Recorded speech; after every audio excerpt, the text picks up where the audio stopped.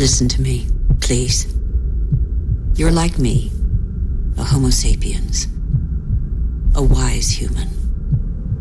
Life, a miracle in the universe, appeared around 4 billion years ago, and we humans, only 200,000 years ago. Yet we have succeeded in disrupting the balance that is so essential to life. Listen carefully to this extraordinary story, which is yours, and decide what you want to do with it.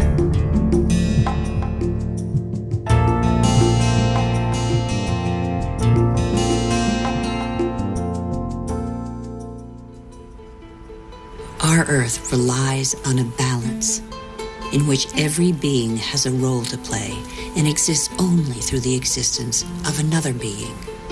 A subtle, fragile harmony that is easily shattered.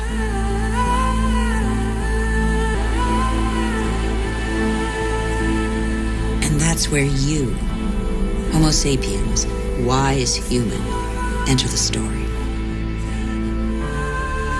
You benefit from a fabulous 4 billion-year-old legacy bequeathed by the Earth.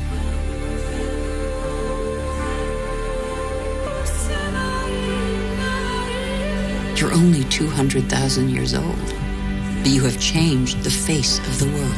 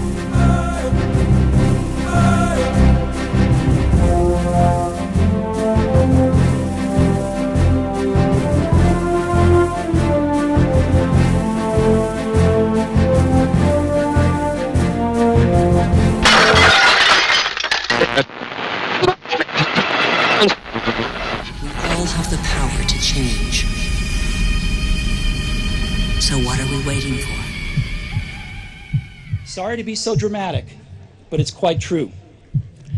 Your time is limited, so don't waste it living someone else's life. Don't be trapped by dogma, which is living with the results of other people's thinking. Don't let the noise of others' opinions drown out your own inner voice. And most important, have the courage to follow your heart and intuition. They somehow already know what you truly want to become. Everything else is secondary. My talk today is on human energy and how it single-handedly has the power to unite and transform companies and communities. Go back, I'm just fascinated on how many communities are literally paralyzed because there's just lack of hope. I believe we need positive energy to be channeled, to help counterbalance all of the negative, disruptive energy out there right now. I think we need it to remove a lot of the individual barriers and individual idiosyncrasies. We need it to unite groups of people to focus on what's best for the greater good of the whole. I would like to talk to you for 8 minutes about co-intelligence and how it could be a solution for complex systems. What we need actually is dialogue. Dialogue is what brings coherence in human energy fields. And dialogue is not like a common conversation. You only have dialogue about things that really touch your heart. When you're in flow, you're actually in a state where you're involved with heart and soul.